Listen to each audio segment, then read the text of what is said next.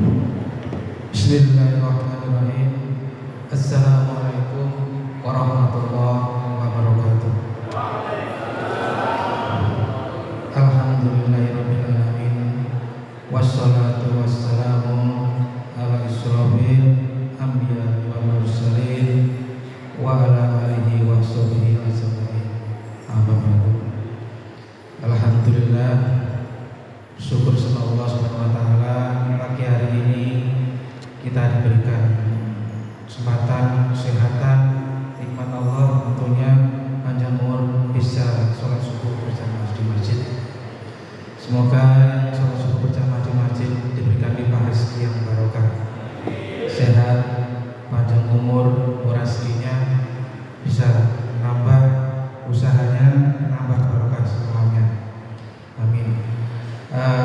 Mohon maaf, saya tidak biasa bicara di bawah seperti ini, kan diminta sama Pak Tamir untuk memberikan sharing, akhirnya saya harus mau dan bersedia. Semoga apa yang nanti saya sampaikan bisa memberikan semangat, motivasi yang baik dengan pakai, yang buruk jangan dipakai. Kiat-kiat ingin menjadi sukses dalam karir dan usaha. Perkenalkan, saya Setiawan Suwanto, lahir Jogja Agustus 2 Agustus 1976. Sekarang usia 39 kurang 49 nih, mohon maaf. Umur saya 49. Betul ya, 49 nih. Ya. Enggak pernah ngitung umur. Lahir saya di Yogyakarta, orang tua saya di Ngadirejo Wonogiri. Maaf, ini usia 47 ini kan ini kemarin waktu 3 tahun yang lalu peserta saya di Masjid Royal, jadi belum diganti sama putri saya. Sekolah S1 Universitas Dr. Sutomo. Anak putri saya semua 3 dan istri saya 1 sampai sekarang. Insyaallah. Oke, saya lanjut. Ya, ini saya di tahun 2000 mulai SD saya sudah ikut orang SD, SD, SMA, SMP, SMA sampai kuliah. Saya itu sering merantau dan ikut orang karena orang tua saya tidak mampu. Jadi saya setiap pagi harus bekerja keras untuk biaya sekolah diri saya sendiri, termasuk biaya adik saya yang penuh perjuangan karena kondisi orang tua yang saya tidak mampu. Pagi harus bangun pagi, harus cuci piring, harus nyapu, ngepel, itulah ikut orang. Tapi itu menjadi semangat bagi saya dan saya didik anak-anak saya supaya tidak mudah jaga nol kalaupun orang tua itu sukses, biar ke depan kalau rumah tangga bisa membawa dirinya, bisa mendidik putra-putrinya kelak nanti. Nanti kalau kita dimanjakan, akhirnya takutnya jalan rumah tangga akan menjadi manja semuanya. Tahun 92, 93 saya ikut saudara saya dan saya memegang perusahaan besar ekspedisi, tepatnya mulai dari 1 kendaraan sampai 400 kendaraan saya pegang 2006 terakhir. Dan ini yang di flat ini waktu saya dan kanan kiri saya adalah staf-staf saya, itu dulu, itu masa lalu saya. Dan tentunya di tahun 2008 saya keluar resign dari pekerjaan kakak saya yang saya rintis 15 tahun. Saya ingin berkembang dan maju sendiri, tapi tentunya saya ingin dekat sama Allah. Waktu itu saya sering menjauh dari Allah. Di saat ada pemandang saya sering bersantai-santai dan leha-leha.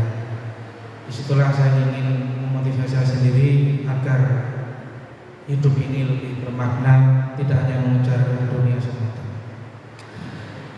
2010 sampai sekarang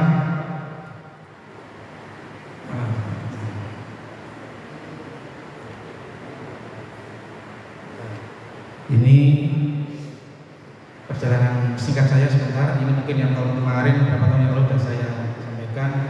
Yang sebelah kiri 2011-2012 tentulah saya merintis membuat produksi kubah masjid. Tentunya kenapa saya buat kubah masjid? Waktu itu saya di titik nol.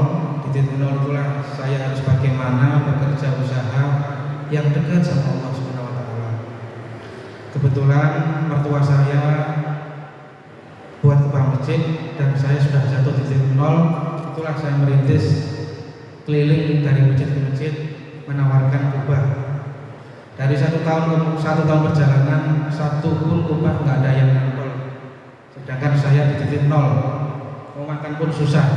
Dililit utang 300 juta lebih tahun 2011 waktu itu, 2010. Jadi rumah Citra Ilmu itu mau disita. Saya hanya bersandar sama Allah karena saya sadar selama ini mungkin saya tidak pernah mendengarkan perintah-perintahnya Allah. Sholat jarang sekali. Semenjak saya jatuh baru saya sadar itulah kalau kita melupakan perintah Allah SWT. Lanjut ke 2013, saya bisa beli workshop di Lombok yang bawah sendiri, sebelah kiri, dan 2015 itu juga workshopnya yang di Trosobo, dan yang sebelah kanan itulah workshop saya yang sekarang. Setelah saya kemarin haji minta sama Allah bisa memperbaiki workshop karena sering kehujanan, kebanjiran. Kalau udah banjir saya sering nangis kalau udah banjir, upahnya pernah kintir di sungai, anak-anak nggak bisa kerja gitu. Jadi semua dari hati kita minta sama Allah, jangan mengandalkan uang yang kita miliki, apapun kecerdasan kita. Nanti kita kan ada sesi pertanyaan dan saya siapkan hadiah karena waktunya juga mepet. Saya juga nggak bisa lama-lama mengenai perjalanan kemarin saya. Jadi yang kemarin saya ini saya rintis tujuannya pertama membangun rumah Allah gimana dan mempermudah urusan sama masjid. Masjid ini kan belajar dari 1-2 ribu rupiah dikumpulkan gimana bisa membangun. Itulah motivasi saya. Dari masjid ke masjid kita menawarkan dan memberikan amanah, dan alhamdulillah saya sampai sekarang bisa diberikan amanah sampai sekarang. Dan alhamdulillah dari merekrut karyawan 1 sampai 50-an sampai sekarang. Tapi saya juga nggak bisa berpikir dari mana saya bisa gaji karena sedangkan masjid ini kan uangnya bertahap. Beda kalau proyek-proyek besar itu beda. Tapi karena kami lillahi ta'ala cari rezeki ibadah juga, ternyata Allah berikan jalan yang baik. Sering beranggapan buat munggah masjid itu mosok tiap hari, mosok tiap tahun. Tapi ya sampai sekarang 2011 sampai sekarang kalau Allah Subhanahu wa taala masih memberikan rezeki kepada saya, masuk karyawan-karyawan saya. Saya lanjut lagi yang terutama kenapa kesuksesan itu bukan datangnya dari kita sendiri walaupun kita ini pandai apapun, tapi kita harus membangun hubungan Allah dan hubungan manusia, hablum minallah dan hablum minannas. Saya terjemah seperti ini karena saya di saat jatuh itulah dulu mengandalkan akal pikiran saya, sholat saatnya udah adzan baru 2:30 kita baru sholat. Setelah itu Allah membanting saya di tahun 2010 di titik nol, sudah semua habis-habisan, baru saya sadar ternyata kita tidak boleh mengandalkan akal dan terlalu sombong apa yang kita miliki, karena Allah itulah kapanpun kita bisa jatuh. Sekarang sukses, besok bisa tenggelam. Sekarang kita bisa jadi dari pengusaha, direktur, dari manajer, besok bisa kita dihabiskan sama Allah Subhanahu wa taala. Apalagi kalau kita sering menyakiti seorang istri. Yang pertama, membangun hubungan Allah adalah sholat waktu pada waktunya. Diawali dengan sholat subuh. Dulu di awal saya juga tidak sering-sering sholat aktif. Setelah jatuh baru saya sadar 5 waktu itulah penting utama untuk membangun hubungan kita dengan Allah Subhanahu wa taala. Yang kedua, sedekah subuh. Sempatkan berapa rupiah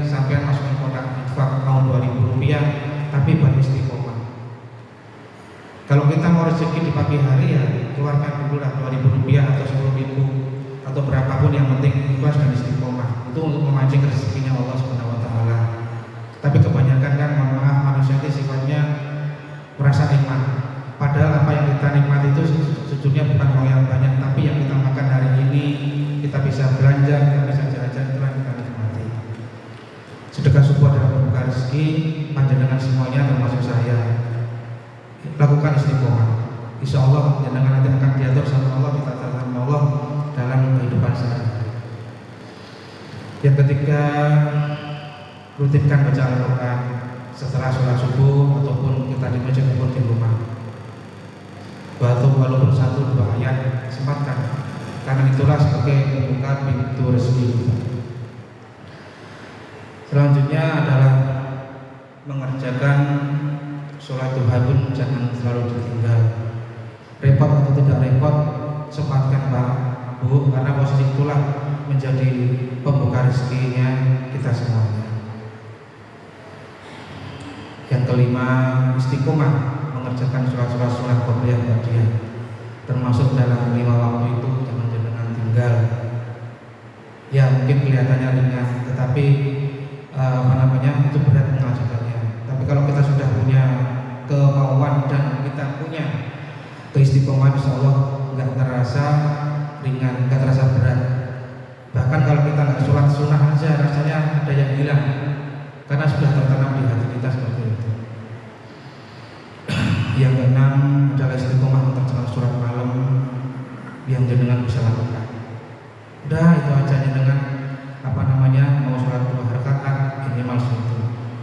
Setidaknya bisa berdoa dengan istri, suami yang berdoa, istri yang mendoakan, dan anak-anaknya kalau memang bisa diajak. Karena dalam rumah tangga istrilah yang selalu mendoakan di saat suami itu susah ataupun di saat senang. Tidak ada istri yang hanya senang saja mau berdoa, tapi di saat itulah, di saat suami susah, istri juga ikut merasakan susah. Nomor 7, banyak zikir. Apapun yang bisa dengan baca, subhanallah, alhamdulillah, Allahu akbar, istighfar, sholawat, hasbunallah wa ni'mal wakil, wa ni'mal wakil. Itulah berapa hal-hal yang kelihatan simpel, tapi jenengan coba lakukan selama 40 hari. Jenengan bisa akan merasakan bagaimana yang dulu terasa berat, walaupun uang banyak gak sampai bahagia, walaupun uang sedikit juga tentu bahagia. Yang penting pas-pasan, pas butuh, pas ada. Mau nambah sepeda motor bisa, nambah aset bisa, nambah rumah bisa. Ya mau nambah istri monggo, ibaratnya kan itu kan juga aset. Tapi yang penting dunia akhirnya harus adil, gitu. Daripada jenengan nanti batin di luar akhir jadi masalah, lebih baik kan terus terang, gitu. Ya. Karena kita laki-laki kan tidak munafik. Rata-rata kita kalau di luar sudah kanan kiri mata kita pasti kebanyakan di situ. Tapi lebih baik jujur. Nah, yang penting bukan jujur ngajak jujur, okay. Kita akan lanjut dan berdoa. Jangan lupa selalu minta sama Allah yang terbaik buat kita, umur, rumah tangga kita, dan apapun yang kita minta Allah yang terbaik. Membangun yang kedua adalah membangun hubungan sesama manusia, hablum minanas. Dimanapun tempat, biasakanlah kita ini orang senyum, nyopoan, walaupun gak dibales ya gak apa-apa, penting assalamualaikum. Saya alhamdulillah ya selalu ketemu orang, walaupun mau maaf ya kalau kita kan gak di jalan itu orang Kristen atau tidak, keluarga saya atau siapapun tetap saya sapa. Ya, kalau memang kelihatan muslim ya kita assalamualaikum, kalau non muslim ya kita mau selamat pagi, yang penting kita saling nyopo. Senyum adalah ibadah. Insya Allah saling sopo akhirnya jadi rapiat. Yang kedua, ringan tangan untuk berbagi. Apapun, di kegiatan apapun, mau di KRT-an, di masjid, di apapun, biasakanlah kita ini ringan tangan. Kalau kita tidak bisa berbuat dengan materi, dengan tenaga dan pikiran kita. Pokoknya yang gampang aja lah. Dalam arti karena mempermudah orang juga pasti urusan kita akan dimudahkan sama Allah Subhanahu wa taala. Enggak tahu nanti rezeki dari mana, tangannya siapa yang digerakkan Allah pasti ada jalan di situ. Apalagi kalau ada lisan sumbangan, donasi, donatur itu lebih cepat, lebih bagus. Tapi jangan dipikir saya ikhlasnya saja, yang penting kan ikhlas. Nanti kalau kita pikir, waduh belum bayar ini, udah bismillah lah. Kalau memang ini sebagai pembawa rezeki di situ. Apalagi kalau masjid-masjidnya itu butuh, mungkin pas donasi nasi, pas donasi mungkin sembako untuk buka bersama. Inilah kesempatan kita untuk membuka rezeki kita seluas-luasnya. Kalau kita sering menahan rezeki kita, ya untuk dikeluarkan rezeki kita juga akan tertahan sama Allah Subhanahu wa taala.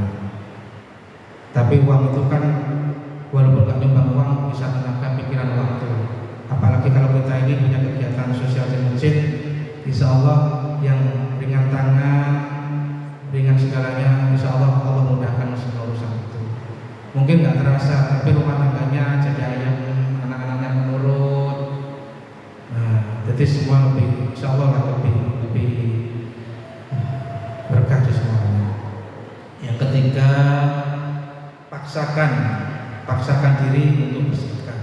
Sedekah itu kalau nggak dipaksa cepat dikeluarkan. Setan ini pasti akan nggak boleh kita. Mau sedekah 100.000 kok ono 50.000 mana kok ono 20.000 nyimpen nang dompet. Ono 20.000 ono 10.000. Lah itu 5.000 pas iki. Ketone sing 5.000 sing itu. Nah, saya juga pernah alami Pak itu masalahnya. Dulu di saat titik nol itu bensin waktu 5.000-an, saya hanya sama 5.000 untuk isi bensin keliling itu. Sama saya dikasih istri saya itu buatin sedekah nasi di jalan, bungkusan mau bungkus mie sama ikan tempe apapun, itulah saya lakukan. Jadi saya cari pemulung Pak, pemulung ke sana ke sini saya cari, karena kita perlu sama Allah, kita nggak perlu siapapun, kita perlu sama Allah untuk kita buka rezeki itu. Jadi istri saya kalau pagi saya keliling waktu itu 1 tahun itu satu pun nggak ada kerjaan kebanyakan Pak, tapi saya udah belajar sabar ikhlas bagaimanapun untuk bersedekah. Pasang 5.000 kalau nggak ada pemulung orang yang minta berkempes. Nah kalau udah orang minta kan kita juga bingung. Ya Allah ini uang 5.000 buat isi bensin, kalau saya berikan nanti bensin saya bagaimana? Itulah di saat itu diuji sama Allah sekali, diuji sekali. Kalau saya berikan nanti saya pulang bagaimana? Itu waktu tahun 2005 masih bensin 5.000-an. Ya. Jadi nggak pernah jajan Pak, saya di pinggir jalan bisa merenung nasib saya, nangis. Dulu saya megang perusahaan kakak saya bisa jadi seperti ini, tapi saya sadar Allah kalau nggak membanting saya mungkin saya nggak akan seperti ini, mungkin saya akan sombong, akan mau sholat aja, mau aja nanti aja lah. Padahal panggilan Allah itu kan untuk membuka rezeki. Ayo sholat itu kan dipanggil, dan kita kenapa dipanggil kalau masih santai-santai? Itulah motivasi saya. Termasuk di karyawan saya tetap saya tulis semua, saya pasang alarm jam, wae ngaji, wae sholat. Semua tak mau di kelompok tak, yang nggak mau kerja itu saya keluarkan sampai segitunya. Bahkan dulu saya karyawan nggak kerja pun didendam mau, saya nggak kerja ada dosa ketemu, ya gitu ya belum. Wah lama-lama saya kelihatan akal ini. Bagaimana harusnya saya harus keluarkan. Kalau nggak mau kerja sama saya, udah aturannya seperti ini. Nah, akhirnya mau. Nah akhirnya sekarang sudah zuhur ya berhenti, asar berhenti. Kalau maghrib udah diurusan rumah masing-masing lah. Minimal kita bisa mengajak karyawan yang dulu nggak sholat jadi sholat. Tapi tetap kita mengajak untuk kebaikan. Itu motivasi. Di kantor saya pasang alarm, pasang tulisan. Kalau nggak mau silakan keluar. Ya setidaknya bisa menjadi amal saya nanti nanti. Yang keempat adalah hemat boleh tapi jangan pelit pada diri sendiri. Seringkali kita ini cari uang banyak tapi jujur sering pelit pada diri kita sendiri. Mau beli buat sehat aja pelit. Iman kok ya walaupun mau gratisan kayak isi air ya kan gitu sama manusia, tapi kan kita cari rezeki kan ya buat diri kita dan keluarga, maksud di iman. Nah gitu loh, apalagi kalau kita udah beli obat sakit, bayangin Pak kalau kita rumah sakit berapa sekali periksa bisa 200-500, tapi kalau kita dengan bersedekah kan nggak sampai 500 sehari. Nah ya alhamdulillah sampai sekarang saya nggak minta ngamar di masjid, nggak minta, tapi Allah kasih sehat sama saya, dari saya nggak pernah ke rumah sakit, paling ya beli obat biasa namanya sakit, apalagi sakit ngeluh kan kayak akhir bulan gitu kan, kayak hari-hari di situ ya itu disitu. Jadi hemat boleh tapi jangan pelit, apalagi pada diri sendiri. Kita nikmati Pak, yang rezeki kita cari itu yang kita nikmati, jangan ojo teman-teman pelit lah gitu loh. Saya juga terapkan kepada diri saya sendiri, kita kepingin ya beli. Kalau iman lah, kalau iman terus ya kapan? Nanti kan akan selesainya. Yang kelima, jangan pelit Pak dan perhitungan keluarga, terutama istri. Nah ini yang penting. Biasanya itu mohon maaf, laki-laki itu kan sifatnya bisa pelit pada diri sendiri, pada istri, keluarga, tapi di konco itu los. Gak ada perhitungan, banyak begitu. Kedua, los begitu dulure. Mau dulur kandung apa mana, wes bapak mau cantik fisiknya gayan, padahal istrilah yang menemani di saat titik nol ataupun di saat sehari-harinya ya. Jadi kebiasaan pelit sama perhitungan keluarga ini ya bismillah, di Ramadan ini kita introspeksi. Mohon maaf, saya juga dulu begitu Pak. Saya ngomong bisa begini ya karena saya juga pernah alami. Istri saya dulu waktu saya tinggal ya tak jatah sekian, nanti uang saya untuk seneng-seneng saya dan teman-teman saya. Tapi di saat saya butuh uang, saya minta istri boleh utang sih mau, lo kan? Papa bilang, mamanya pelindungan. Sekarang butuh duit kok boleh utang aku, lo.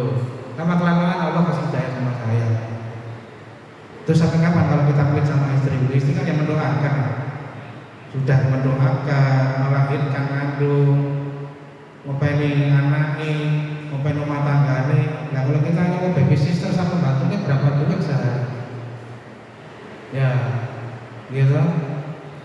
Baby sister aja 2 juta, itu baby sister 1, kalau anak 2. Terus rumah tangganya, bagian pel-pel, pembantu berapa? Kora-kora dewe, bomba dewe. Belum kalau malam hari jenengan minta itu biar bisa. Ini kita cover aja, kodolanannya, karena posisi kita harus begitu. Nah dulu juga saya begitu pelit, itu jujur pelit, bukan pelit ya medit, tapi perhitungan tapi ambil turun los. Nah itulah saya berikan hidayah ini sama Allah sekarang menjadikan dorongan. Ya alhamdulillah, tidak ada manusia yang hadir di sini ataupun di dunia tidak ada yang sempurna. Saya jujur tidak ada yang sempurna. Pasti punya kesalahan dan punya masa lalu. Nah masa lalu itulah yang sekarang menjadi tolak ukur. Masa Ramadan tahun ini kita sih belum berubah lagi. Ramadan lagi itu kapan? Ya kalau apakah ada jaminan Ramadan tahun depan kita bisa bertemu lagi, kan ada jaminan. Ya makanya doanya selalu sehat panjang umur. Bisa jenengan duluan, saya belakangan bisa, gitu. Bisa saya belakangan jenengan duluan, kan tidak tahu juga. Nah makanya selalu doakan panjang umur. Oke, jadi sekali lagi yang harus ditamakan pelit-pelit banget itu kan. Terus kan kabel harus bonjoli bisa. Memang mohon maaf, tidak ada kewajiban suami memberikan semua gaji ke istri, tidak ada kewajiban. Bagi saya ya, uang saya perusahaan kasih nama istri ini cekelan kelolaan, tapi kalau keluar semua bertujuan dari bapak. Udah, istri nggak pegang aja. Itu tidak boleh banyak ngatur, karena ngatur nanti kebingungan juga. Sudah satu kendali, satu pintu, mama yang pegang, bapak yang ngomong keluarga sudah di situ. Nah kalau sudah gajinya suami diberikan istri semuanya, kalau istrinya mau dirapat, gak bisa toples, buka kangelan kalau di selotip kan susah juga, kasihan. Nah istrinya akhirnya apa? Suami selimputan, belajar dari situ selimputan. Kalau kita coba terus terang sama istri, kilo gajinya, sisi buat saya rokok di jalan, guys. Nah gitu. Tapi kan tidak semua istri juga punya sifat yang bisa seperti itu. Kadang bawa sini semuanya gajinya. Akhirnya sudah mau keluar aja, mau minta bensin minta. Kita ini laki-laki Pak masalahnya. Ya cari duit. Ya kita setidaknya bisa mengayomi istri. Makanya tadi kalau kita pelit, ya istri juga perhitungan. Tapi kalau kita itu gampang ke istri tambah lebih sayang Pak. Sama coba nggak percaya. Mau pulang kerja, nanti tanya, ayah minta apa, pasti begitu. Makanya mohon maaf, laki-laki kan kebanyakan kalau ngopi kan kerasan. Karena ya tadi tuanya bagus, lah istri gak boleh seneni. Akhirnya kok gak betah nang omah. Akhirnya ngopi beda meneh kancane. Ya, itu oke. Nomor 6, ya senang mentakdir teman koncone walaupun sekedar makan atau ngopi. Jangan senang ditraktir kalau bisa Pak. Ya toh, jangan senang ditraktir. Nek kita aneh-aneh ya duwe lah. Kok wae bayari, mohon maaf, lali. Sisi aku lali dompet kowe. Lho kamu kok lali temen Jolono. Itu berjiwa sedang mudah mentraktir teman. Nah, kalau senang ditraktir, ya kamu kok tapi otomatis kemarin rezekinya lancar ya. Nah, saya yakin ya nak traktir, apalagi traktir marbot-marbotnya masjid. Kami jam makan berbunyiman penyataan gurami itu senang. Ya tapi kasihan mereka ini kan juga pelayan Allah. Nah, apalagi tampil masjid tidak traktir kafe sama mobil terus. Nah, prima rasa itu kan masuk. Ya kan? Insyaallah nanti sama Pak Tamir diajak ke prima rasa. Amin. Sama Ibu Muslimah diajak. Ya kan? Gak habis ngomong apa. Yang 7, jangan menyakiti dan menyusahkan orang lain. Dalam kehidupan apapun, wis yang gampang dia gampang, urusan orang lain lah. Urusan apapun dia mudah ya. Ojo digayangnya. Sebenarnya Allah itu kan sudah tahu, Allah itu memudahkan segalanya. Dong sholat aja yang 4 rakaat bisa jadi 2 rakaat 3 Allah. Masuk urusannya sama orang 3 hanya mau kita ini mau maaf mau kunut wirid ya sih biarin aja sih, nggak usah kita ngomong sing ini gini nggak boleh lagi.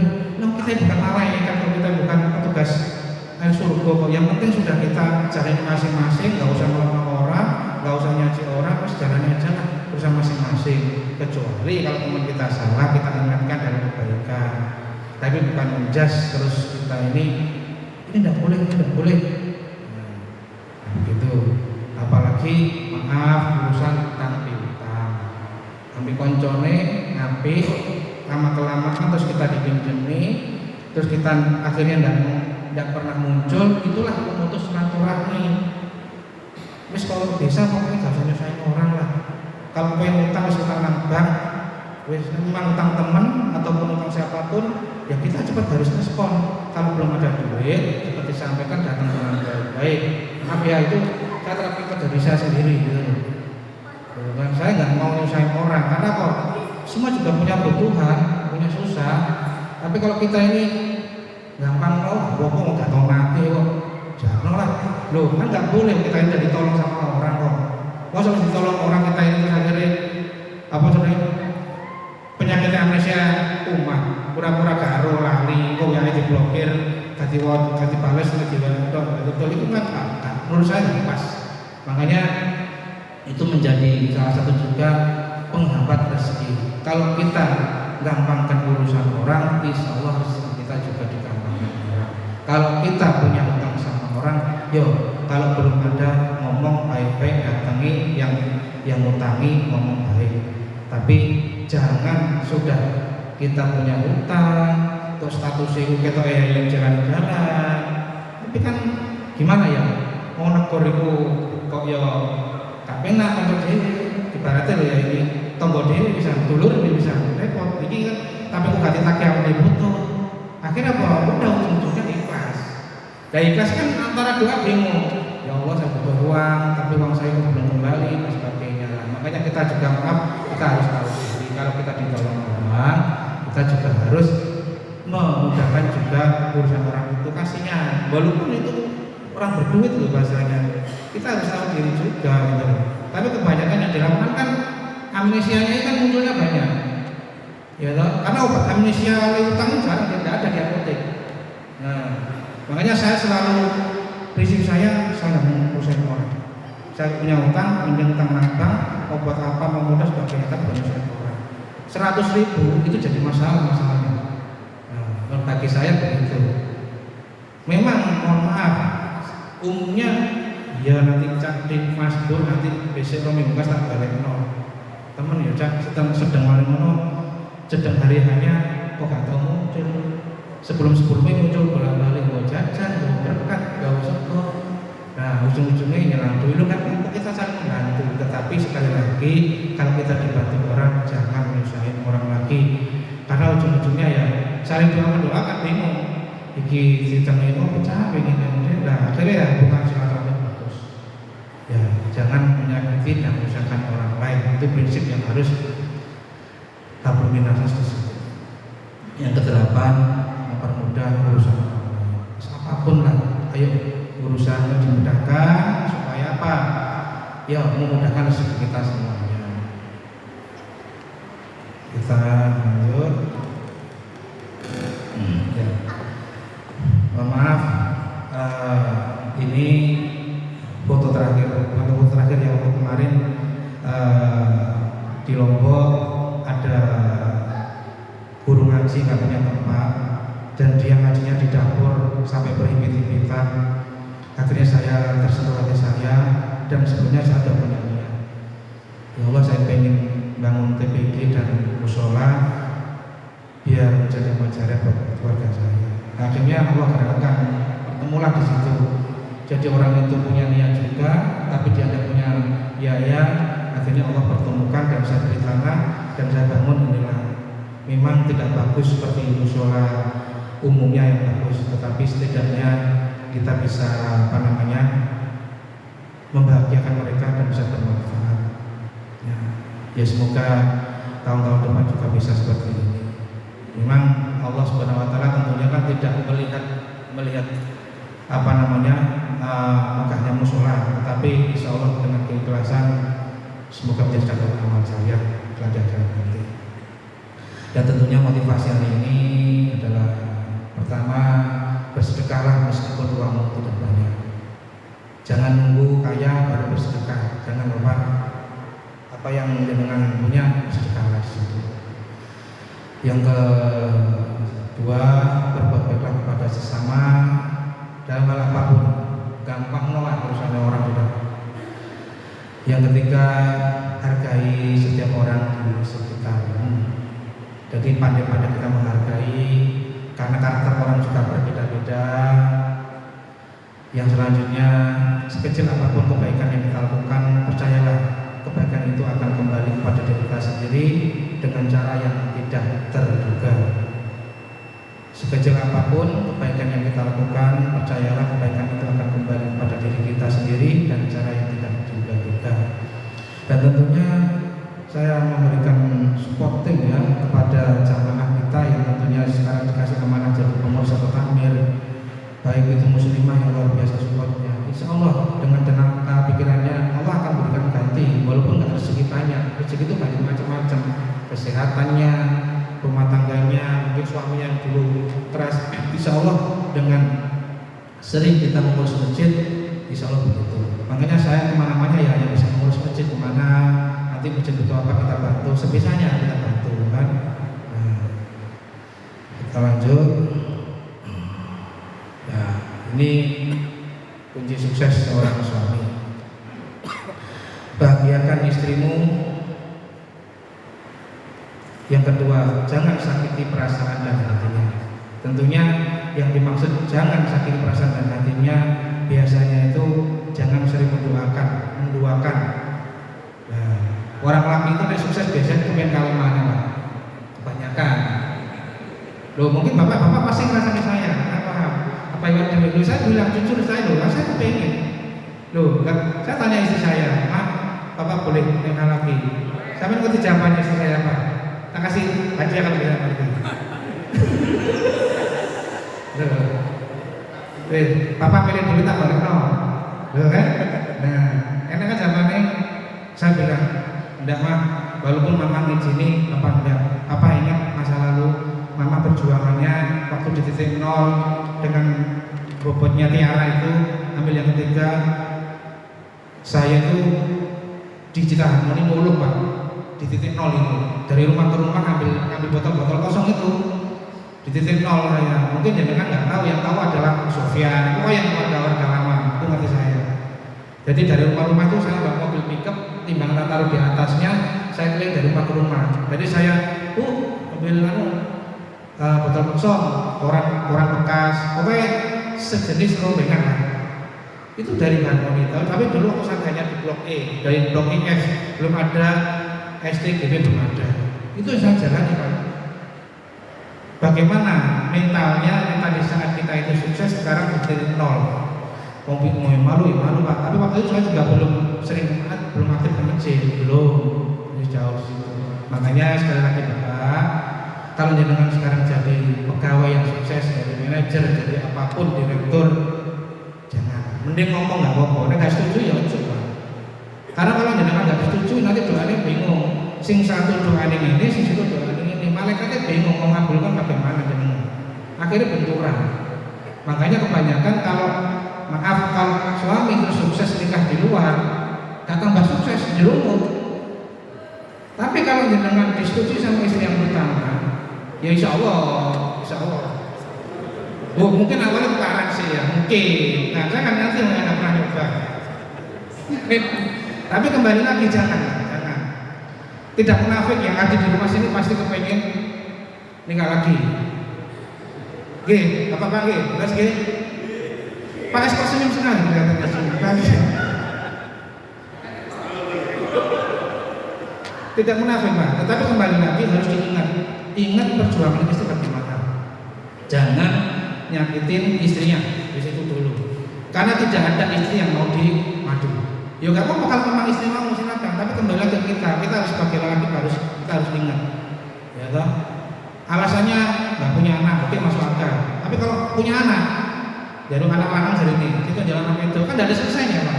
Nah, jadi tolong saya memberikan masukan, jangan sakiti perasaannya, karena tidak ada wanita yang mau diduakan.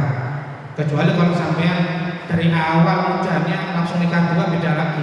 Kalau sudah satu jangan. Ya itu mama Yang ketiga, cukupi kebutuhan rumah tangganya. Cukupi rumah tangganya, maaf ya, blojo yang cukup, kasihan kalau dikasih pas-pasan. Tapi rokok kita ngebut sama dikonconnya los, itu kurang bagus, kasihan. Cukupi kebutuhan rumah tangganya.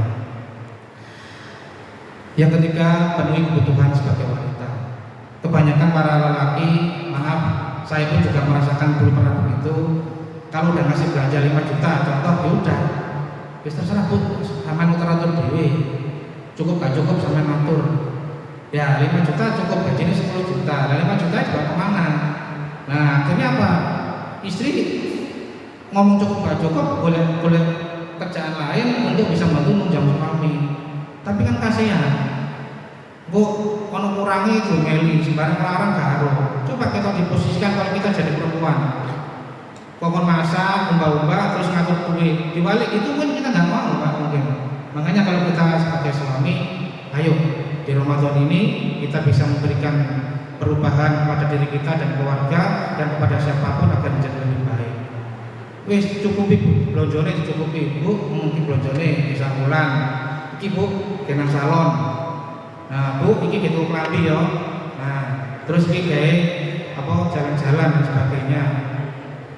Saya yakin perempuan itu kalau udah dibelikan perhiasan apalagi baju, jalan-jalan seneng Pak. Nah, tapi kalau jenengan jarang ngajak jalan-jalan, jarang ngajak makan-makan, tapi bikin los. Nah, doa istri juga bingung. Padahal dengan suksesnya suami adalah doanya dari istri. Jadi sekali lagi, menurut saya, pribadi saya, uang belanja istri dicukupi. Yo kayak uang sekian adalah. Kalau kepengen ayu, yo nang salon memangnya. Tidak munafik Pak. Kita nih yang di luar kadang-kadang kan sering lihat rumput yang hijau di luar, gitu. Nah kepengen hijau rumputnya, yo kita beli pupuk di pupuk sendiri, gitu. Nah di warung kopi kerasan, tak mulai-mulai pelayanannya jadi ini enak, atau di kafenya enak pelayanannya. Ya gimana nggak enak pelayanannya muda-muda. Nah, selamat pagi Pak, mau minum apa? Coba kalau di rumah kalau kita begitu kan enak. Papa mau makan apa, disiapin apa, pulang kerja capek-capek kan begitu. Tapi kembali lagi, ya kita harus perhatian sama istri. Wis kasih bojo pas-pasan, terus mulai omah kotor dirulung ringai, anaknya ngoro ya diseneni lho, karena semua istri kan yo repot Pak. Lho tugas bapak itu apa? Memang cari uang, tapi ya ojo kabeh dibebankan kepada semua istrinya. Kita harus kerjasama. Lho saya juga dulu begitu, tapi saya sadar ya ternyata tugas istri lebih berat dari suami. Ayo coba kalau kita ini dibalik cari kita jadi perempuan ngurus rumah tangga, istrinya kerja, kita tidak akan mampu. Mulai dari bangun tidur jam berapa, ngurus anak, nyiapin kopi sarapan, ngurus sekolah, terjemput, bareng bau-bau ngepel rumah tangga sampai kita ketemu malamnya burung diganggu bebas pakai arek-arek. Nah itu kan juga haruslah kita supporting kepada mereka semuanya. Sekali lagi bahagiakan istrimu, jangan ya. Bahkan ya dan alhamdulillah saya menikah tahun 2000, termasuk hampir 25 tahun rekaman merah saya. Dan selama umur saya ini jujur ya, saya itu kan nggak ngerti berlian, mama. Pak aku pengen berlian, yo berlian model ini model. Baru itulah saya bantu berlian. Terus saya baru terasa terenyuh ya, merasa istri saya dulu pernah saya zolimi, saya sakiti, terus akhirnya saya bisa memberikan berlian itu. Saya merasa ya itulah. Semoga kita sebagai suami ini mengerti susahnya perempuan, bangun pagi malam bahagiakan. Sekali lagi bahagiakan. Semoga pernikahan kita semua ini langsung lahir batin, Bapak kita jadi sadar, jadikan Ramadan ini lebih baik. Dan ini mohon maaf, ini saat ada gambar berapa perempuan ini adalah wanita-wanita yang selama hidup saya mulai dari kecil dibesarkan dan dirawat oleh wanita-wanita yang tangguh ini. Jadi mohon maaf saya cerita sebentar. Saya lahir dari seorang ibu Sutina dan saya kecil sudah tertinggal, ikut budi saya, terus budi saya merantau, ditinggal ke bule saya akhirnya sampai besar dan saya merantau ke Surabaya. Nah inilah kenapa wanita-wanita ini, karena ibu saya 20 tahun tuh saya nggak pernah ketemu selama 20 tahun. Saya nggak tahu di mana sejak waktu itu. Saya kira ibu saya sudah meninggal. Ternyata di saat 2 tahun yang lalu di saat Idul Adha saya dapat kabar bahwa mama hidup. Nah semenjak itu dan yang merawat adalah guru ngaji. Dan semenjak itu saya berprinsip orang tua ini yang saya kecil sampai besar harus saya berangkat ke bareng. Nah, jadi kemarin waktu berangkat dengan jamaah Aroyan, istri saya termasuk guru ngaji, orang tua dan bude-bude itulah mereka wanita tangguh yang di masa lalu saya kecil itulah yang merawat saya, membesarkan saya. Makanya jangan kita melupakan jasa orang lain, orang tua kita bahagiakan. Semoga dengan doa-doa mereka itulah kita menjadi orang yang bisa sukses. Karena tanpa doa mereka kita tidak bisa apa-apa, bukan karena kita pandai. Semoga apa yang saya sampaikan bisa menambah ilmu dan bisa bermanfaat buat kita semuanya. Dan semoga Ramadan tahun ini menjadikan kita lebih baik dari sebelumnya, serta diberikan kesehatan panjang umur sehingga bisa bersemoga dalam Ramadan tahun depan. Amin ya rabbal alamin. Dan ada sisa waktu, ada 6 hadiah. Monggo bapak-bapak ibu yang bertanya, bapak-bapak bisa 3, ibu-ibu bisa 3. Tapi kalau ibu-ibu nggak ada yang 3 orang, 2 orang, yang 4 orang dihadiahkan ke bapak-bapak. Monggo ada kesempatan berapa menit? Ada 15 menit. Monggo yang bertanya. Silakan Bapak dan Ibu. Ibu dulu, Ustaz, belakang. Sebentar ya, Bapak-bapak.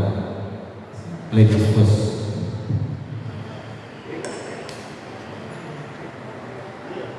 Nanti hadiahnya itu ikuti nomor 1 sampai 6. tapi tidak boleh dipilih. Oke, monggo 3.000 tinggal saya minta hadiah nomor 5. Monggo nanti hadiahnya sama kemudian diambil. Semoga bermanfaat.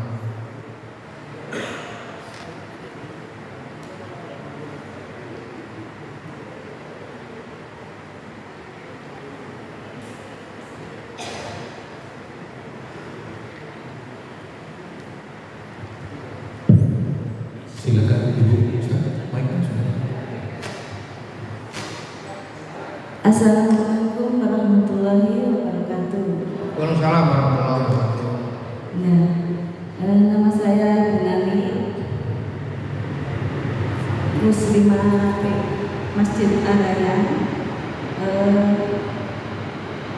Pertama saya mau tanya Abah Setiawan, untuk ini tadi kayaknya usahanya kan yang di Lombok itu kok sampai jauh di sana itu ceritanya gimana?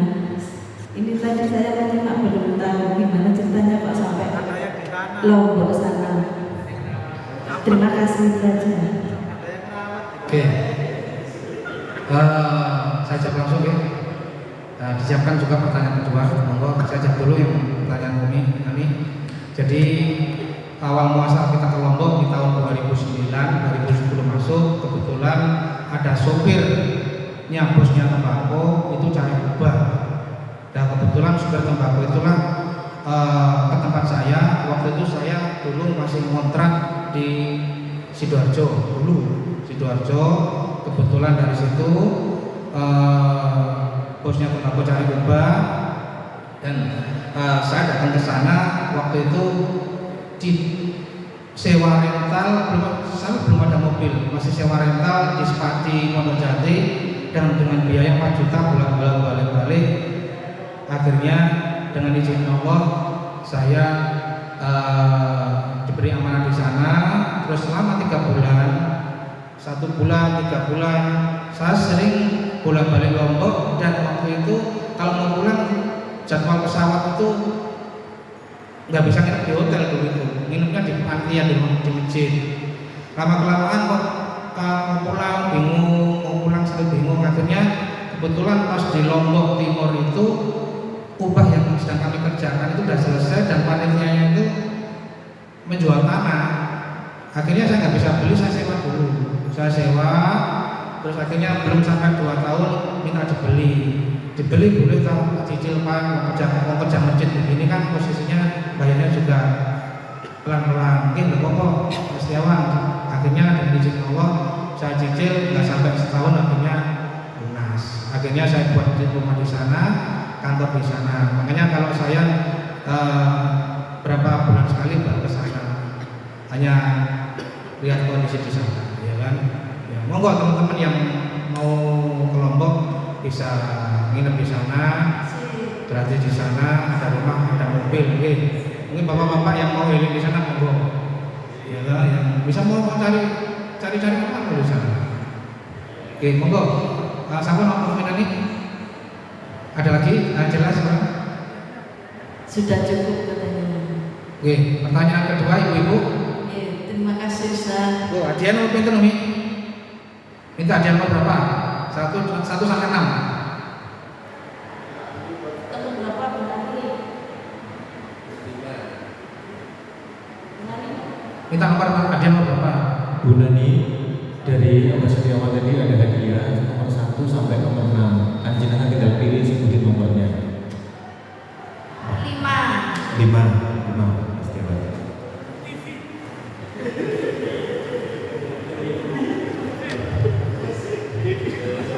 Silakan selanjutnya. Oke, monggo. Pertanyaan kedua. Terima kasih. Assalamualaikum warahmatullahi wabarakatuh. Saya Bunda Lombok. Terima kasih Ustaz. Sekarang sudah saya panggil Ustaz Setiawan. Alhamdulillah pagi ini kami diberi motivasi, terutama kalau saya baca khususnya untuk para bapak-bapak. Motivasi ini sangat penting, terutama statement yang ada dari Abah Iman tadi disampaikan di butir nomor 4, jangan pelit, boleh hemat, asal jangan pelit. terutama untuk diri sendiri. Betul Pak Ustadz Lukman, bahwa kadang kita itu mau beli itu wis lebih baik tak sodakohkan saja. Kemudian suatu saat kita sendiri seperti yang disampaikan, ono duwe abang kok ketok sing biru ketok sing hijau, akhirnya terakhir yang warna coklat. Nah, untuk menghindari hal ini mungkin ada tips bagaimana kita tetap istiqomah untuk bisa memberikan yang terbaik dalam hal sedekah ini. Mungkin Abah Iwan sudah berpengalaman, mulai tadi sudah disampaikan juga dari titik nol sampai dengan suksesnya ini.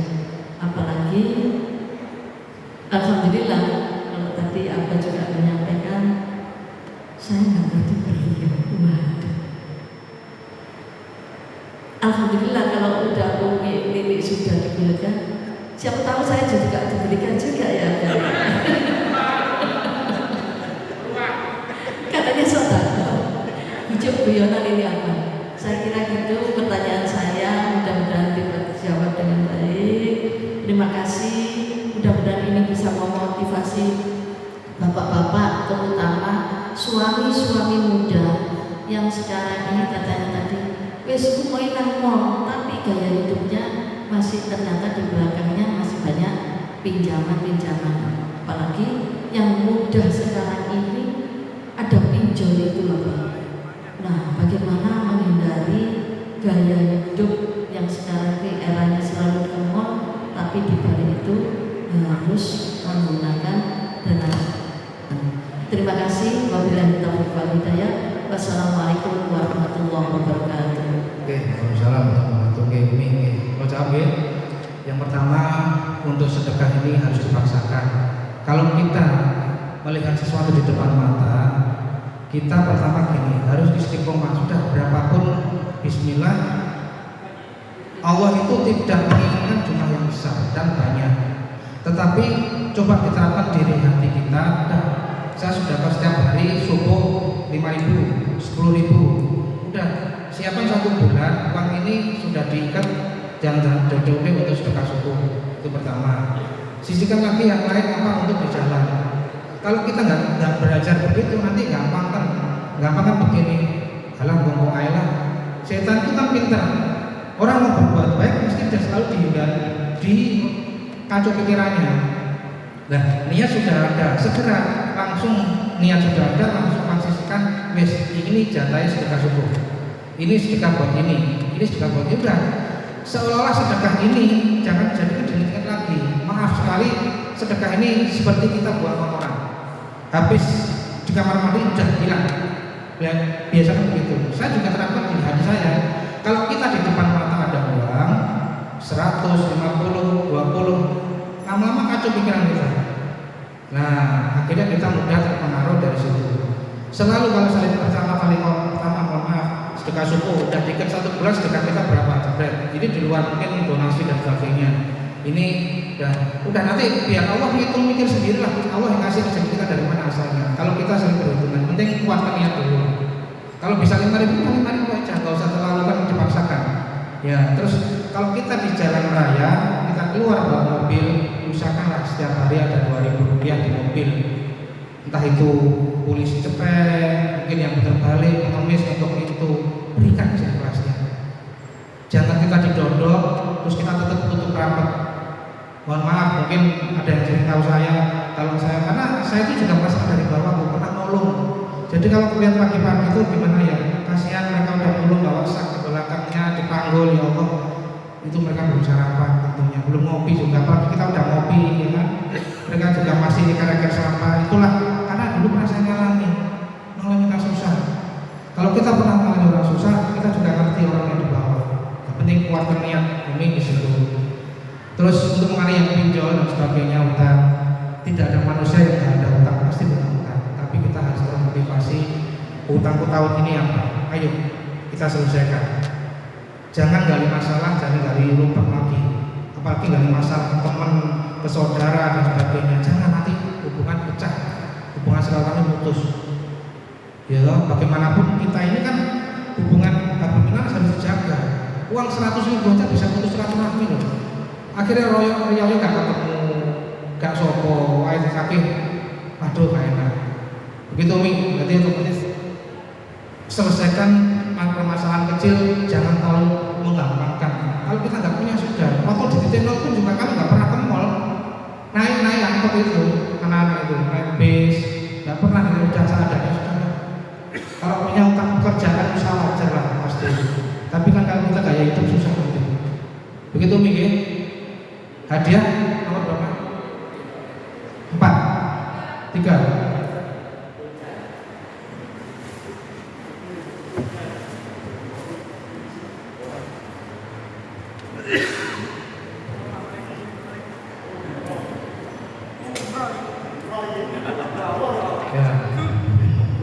Pongguan, semoga manfaat tinggi. Monggo, tinggal 4 pertanyaan Bapak.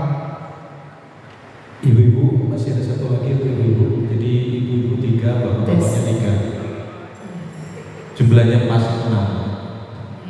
Saya nambah 1. Oke. Assalamualaikum warahmatullahi wabarakatuh. Waalaikumsalam. Terima kasih atas motivasi yang sudah diberikan, yang tentunya ini akan menjadi inspirasi kita ya. Saya baru tahu juga cerita Abah Setiawan, ternyata seperti ini. Sungguh luar biasa semangatnya Abah. Abah selain punya usaha kubah kan juga ada usaha travel. Itu apakah memang punya pengalaman sebelumnya sehingga juga usaha ini bisa dibilang sukses sampai saat ini? Itu apa yang membuat Abah memilih usaha ini juga untuk menjadi ya apa istilahnya usaha yang dijalankan itu? Terima kasih. Oke, matur nuwun. Saya jawab Ibu. Nanti yang pertama, saya tidak punya background sebagai TL ya waktu itu, sama cuma awal-awal saya umroh itu bersama keluarga, istri saya dulu berdua, terus saya 10 orang. Banyak perjuangan, nggak punya uang tiba-tiba tidak, tetapi butuh perjuangan sekali. Waktu itu terus saya sering yang umroh, akhirnya sering umroh ini bukan semata-mata uang banyak. Ya, pertama kali kita umroh awal ada dana talangan. Ya, setelah itu kita minta Allah di sana, ya Allah berikanlah kemudahan saya bisa bawa keluarga saya dan kerabat saya. Akhirnya saya umroh dengan 10 orang, dan waktu itu saya punya uang 80 juta. 80 juta itu tidak uang murni, uang modal kerja juga sama. Dari itu kita mau bawa ke travel itu bertengkar sama istri. Akhirnya bertengkar, kita sholat di masjid sepanjang. Ya Allah, kita mau umroh aja kok kita seperti ini. Antara uang ini mau kita berikan atau tidak. Nah, akhirnya dari situ termotivasi. Dari umroh itu kan kita punya kantor. Masa nggak dibuat usaha yang ini? Ya, akhirnya dari situlah merintis umroh dan sebagainya. Umroh pertama memang bukan milik saya pribadi. Saya sebagai cabang teman, dan usaha inti saya adalah di Kubah dan sekarang berkonten itu. Tetapi umroh ini kan berkaitan dengan ibadah. Wajib ibadah, umroh adalah ibadah, bimbing jamaah. Dan umroh ini tidak semua orang juga punya berduit loh. Ada yang susah, kadang uangnya kurang, nggak mau, ini uangnya kurang, boleh tak pinjam. Dengan kekuatan itulah saya pinjam. Saya pinjami dan sebagainya. Ya itulah situ.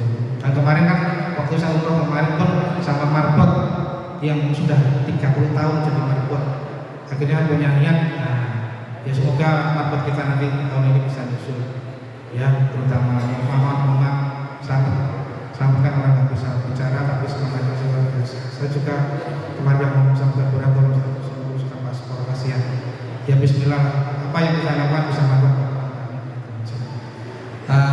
Ribut Bu tadi sampun cukup. Hadiah nomor berapa? 2.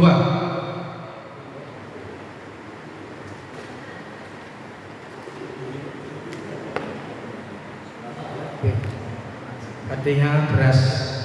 Semoga manfaat bulan buka puasa. Monggo 3 orang. Monggo. Assalamualaikum warahmatullahi wabarakatuh. Waalaikumsalam warahmatullahi wabarakatuh. Kami dengan Bapak Zaki mohon izin ingin bertanya,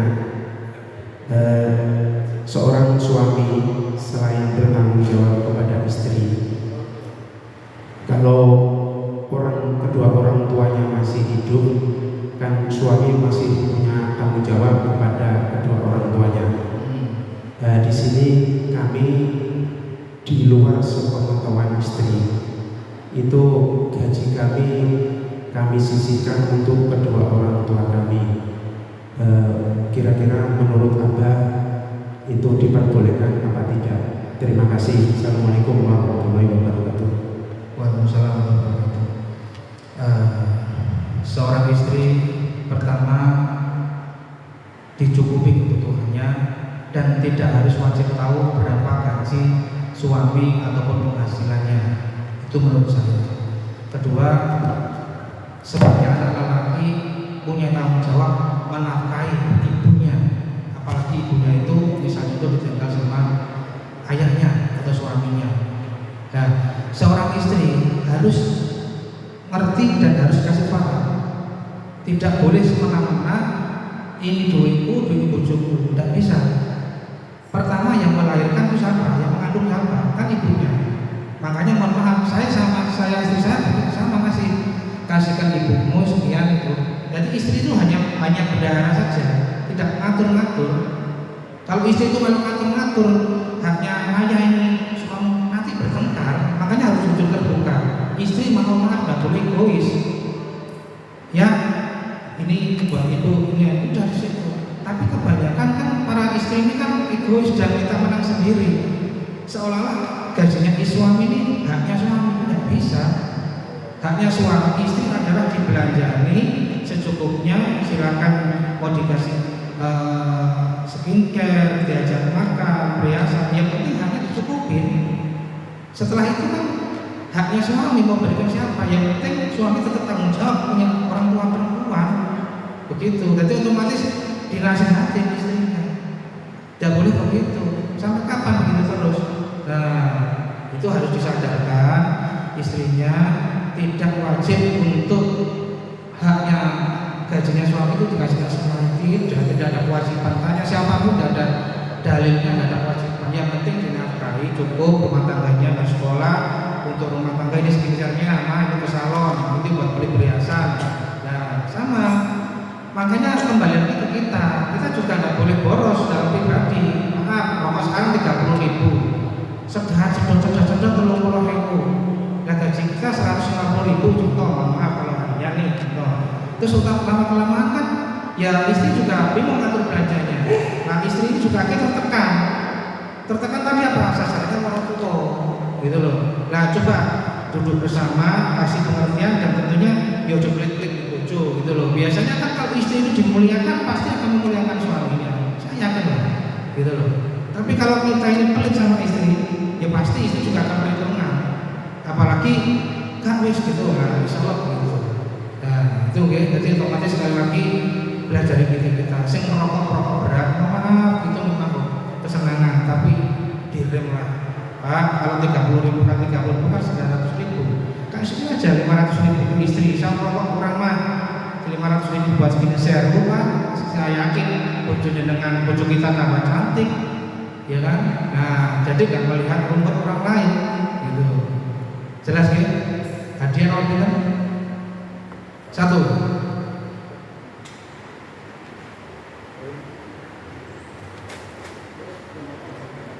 Oke, Sarul. Semoga apa? Oke, monggo ada pertanyaan. Assalamualaikum warahmatullahi wabarakatuh.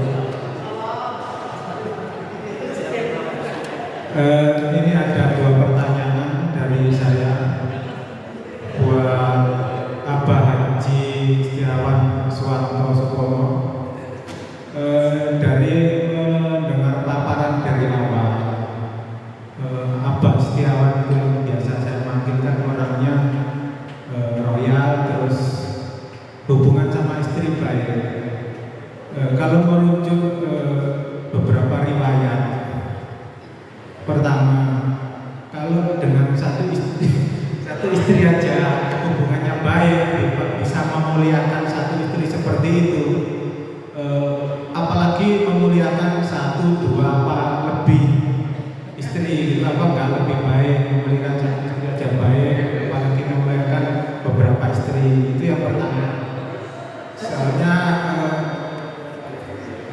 orang yang paling baik adalah orang bermanfaat bagi orang lain. Itu yang pertama. Yang kedua, Bapak, jangan ketahui dulu. yang kedua, Ya sudah. yang kedua, dari teman-teman yang belum sukses ya, mungkin dari Abastian kan bisa foto suksesnya karena doa seorang istri. Dari beberapa teman yang belum sukses itu apa, doa istrinya kurang. Apa perlu doa dari beberapa orang istri gitu biar lebih sukses, lebih cepat sukses? Mohon dibantu jawab. Oke. Itu Oke.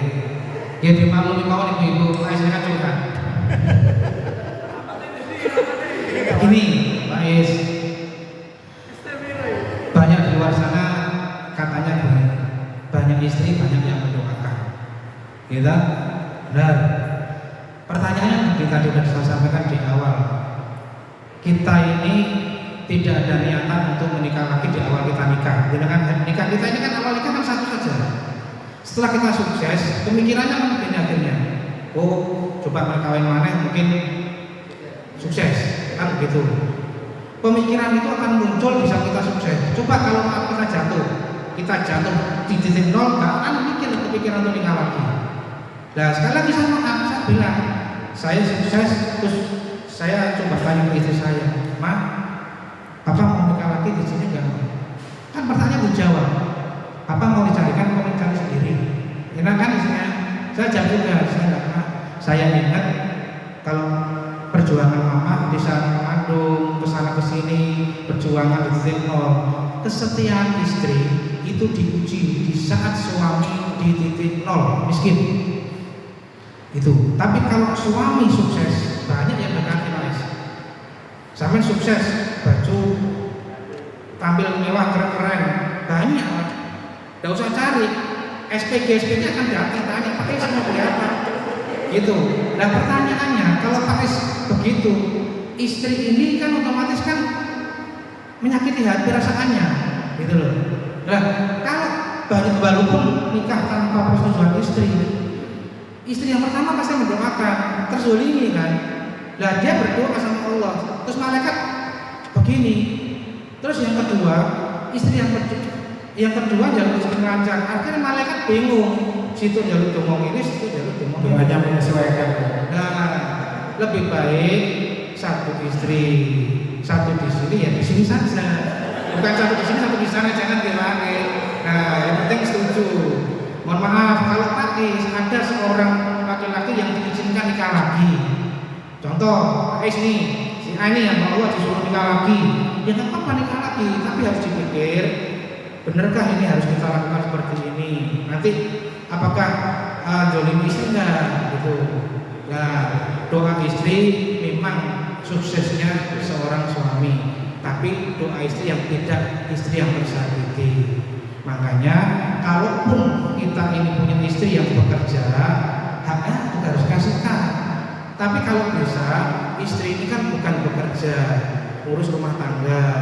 Kalau kita sudah bisa mampu ya suruh berhenti. Kita minta berhenti, Bu, ngurus anak-anak, ngurus bapak. Kalau saya sendirian nanti kan terus kemana gitu loh kan. Memang sebelum dilakukan terasa indah sekali loh bapak-bapak, ya kan. Nah kita bayangin kalau kita sudah sebelum makan lapar, bagaimana indahnya kita makan bebek sinjai. Tapi kalau setelah makan bebek sinjai, rasanya sudah begitu sudah. Nah, oke, bener Mas. Nah, jadi ya tidak apa-apa mau nikah lagi nggak apa-apa, tetapi Pak Is juga harus ibaratnya kan ditanyakan ini nanti bahagia atau tidak, ya kan? Jangan menyusahkan diri kita sendiri, tapi kalau orang istrinya memang kalau dilihat di medsos kok indah sekali ya, istrinya 2-3 dipajang bersama-sama, diajakkan bubuan ya kan, yang satu diajakkan bubu, di situ diajakkan acara kedinasan ya kan, indah sekali manusia. Tapi itu seindah, tidak seindah apa yang terbayangkan nantinya. Oke, cukup Mas. Oke, tadi yang minta Mas.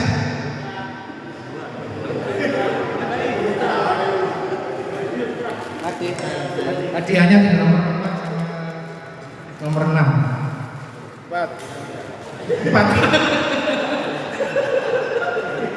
Nah, hadiah terakhir adalah mukena. Ya, hadiahnya ini dapat mie. Mudah-mudahan kita bisa masak sama istrinya di rumah. Pas sesuai ya. Mie sedap. Monggo, satu pertanyaan. Assalamualaikum warahmatullahi wabarakatuh. Terima kasih ya saya Setiawan.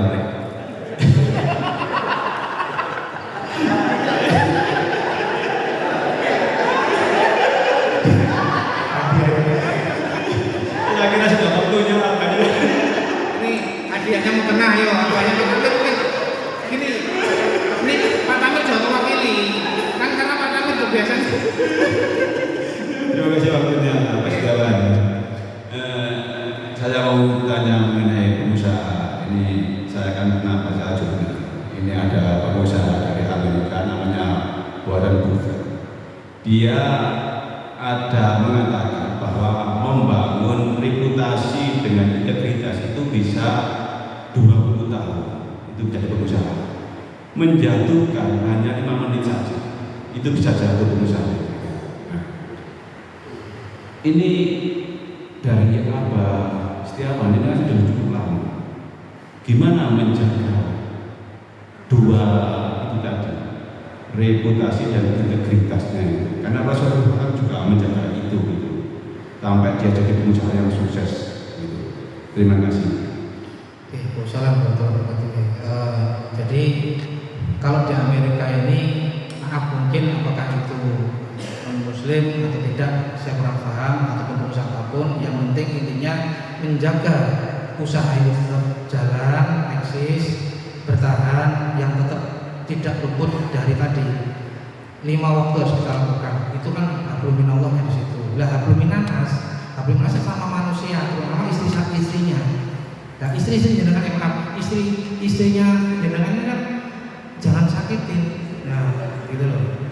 Istri jenengan istri gitu. Nah gitu Pak. Jadi otomatis jangan disakitin. Wis itu aja. Doanya orang tua, doa istri, yang terutama doa istri. Kalau doa istri itu yang utama, nomor 2 adalah doanya orang tua. Karena istrilah yang kita ambil dari orang tuanya, akad nikahnya, terus tiba-tiba kita sakitin, loh kasihan Pak. Loh saya juga dulu sering nyakitin istri saya, tapi saya alhamdulillah dapat hidayah di situ. Akhirnya seiring waktu berjalan, saya sadar ternyata selama ini istri yang menemani kita di saat kita susah. Makanya selalu tanya mama pengen apa. Kalau pas istri jalan-jalan di mall, dia mampir ke toko baju, ya udah kita deketin aja. Mama pengen apa? Ojo mayu, apa dia ojo menghindar. Kedua, kalau istri pas di toko emas, ya ojo menghindar juga. Oh berarti wis ketok delok-delok itu kudu peka lanang itu. Ojo terus ketok wis mlaku-mlaku toko baju, aku tak krono ya toko kopi, itu kan menghindar bahasanya. Tak ketok gitu.